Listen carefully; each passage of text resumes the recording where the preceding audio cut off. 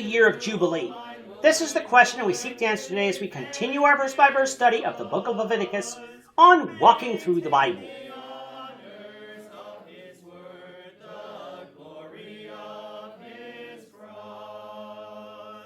If you have a Bible with you, turn to Leviticus 25. We're going to be reading from verses 8 to 17. If you don't have a Bible, don't worry. Just follow along with us on the screen. The version that we'll be reading from is the New King James Version. So, Leviticus 25, beginning at verse 8. And you shall count 7 Sabbaths of years for yourself, 7 times 7 years, and the time of the 7 Sabbaths of years shall be to you 49 years. Then you shall cause the trumpet of the Jubilee to sound on the 10th day of the 7th month. The day of atonement you shall make the trumpet to sound throughout all your land. And you shall consecrate the 50th year, and proclaim liberty throughout all the land to all its inhabitants. It shall be a jubilee for you, and each of you shall return to his possession, and each of you shall return to his family. That 50th year shall be a jubilee to you. In it you shall neither sow nor reap what grows of its own accord, nor gather the grapes of your untended vine. For it is the jubilee, it shall be holy to you. You shall eat its produce from the field. In this year of Jubilee, each of you shall return to his possession. And if you sell anything to your neighbor or buy from your neighbor's hand, you shall not oppress one another. According to the number of years after the Jubilee, you shall buy from your neighbor, and according to the number of years of crops, he shall sell to you. According to the multitude of years, you shall increase its price, and according to the fewer number of years, you shall diminish its price. For he sells to you according to the number of the years of the crops. Therefore you shall not oppress one another, but you shall fear your God, for I am the Lord your God. In this chapter, we continue our look at the special seasons that the Lord gave Israel to observe.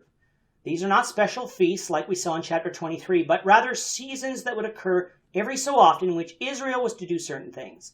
In our last lesson, we looked at the sabbatical year, where every 7th year Israel was to allow their land to lie dormant for 1 full year. They were to neither sow, till it, or harvest. They were to let whatever grew naturally to grow there, but not harvest it. From Exodus, we see that this last provision against harvest was meant to help the poor and the stranger eat during this time, for they would not have any extra food stored up before the sabbatical year. Coming out of verse 8, we have a second observance. After 7 sabbatical years, in other words, 49 years, there would be what is known as the year of Jubilee. It would begin on the 10th day of the 7th month, the day of atonement, and would last 1 year. On that day, the trumpet would be sounded to signify the beginning of the year of Jubilee and to proclaim liberty throughout the land. What occurred during the year of Jubilee? Well, first, any land that was sold for whatever reason was to be returned to the original possessor and the family to which it belonged. When the children of Israel entered the promised land, they would receive land by tribe and by family. Over time, families might have need of money, and so they might sell portions of their land in order to obtain that. Now to us, when we sell a piece of property, we will probably simply go and purchase another one. But that's not how land ownership worked in Israel. Land was passed down through families, and so if you sold your land, you would no longer have any land to pass down. Since you couldn't expect to go out and purchase other land, selling land could impoverish your family in the longer term. So what was a family to do if they were in need of some short-term money where the only thing they could do was sell their land? That's what the Jubilee was for. They could sell their land, but in the 50th year, the year of Jubilee, it would be returned to them. What this did is not only solved a problem of family inheritance of land, but it also prevented families and tribes moving into other places that were not intended for them. The tribe of Judah would be given certain land in Canaan. They would be content with that land and not seek to take land from the tribe of Dan, for instance. The same could be said of other tribes as well. This year of Jubilee would prevent this type of land swapping from happening.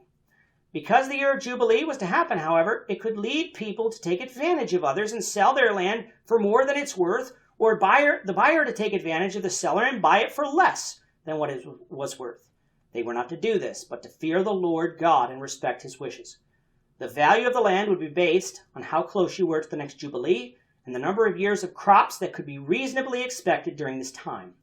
So if you sold your land in year 45 after the previous Jubilee, there would really only be 3 years of crops because of the sabbatical year in there too. So your land would be worth less than it would had you sold it in year 10 after the previous Jubilee. Because land was closely tied to inheritance, and a way of making money. Selling your land would not be desired. However, if it must be done, the Jubilee year would protect a family's inheritance on the whole. The second thing that would happen during the Jubilee year was that the land would not be planted or harvested. In other words, it would be like a sabbatical year. For those who are good at math, you'd know that the sabbatical year would take place on the 49th year, meaning the Jubilee would take place over the next year, meaning that there would be 2 consecutive years where no planting or harvesting took place. How would Israel eat over this time? That's what we will discuss, the Lord willing, in the next lesson. With that, our time is up for today. The Lord willing, we hope you'll join us for tomorrow's discussion of Leviticus 25, verses 18 to 28, as we continue our walk through the Bible, one verse at a time. Thank you for watching today's episode. We hope that you found it edifying and ask that you not only subscribe to our channel and podcast, but that you like and share this episode among your friends, so that the saving gospel of Jesus Christ can go out to the whole world.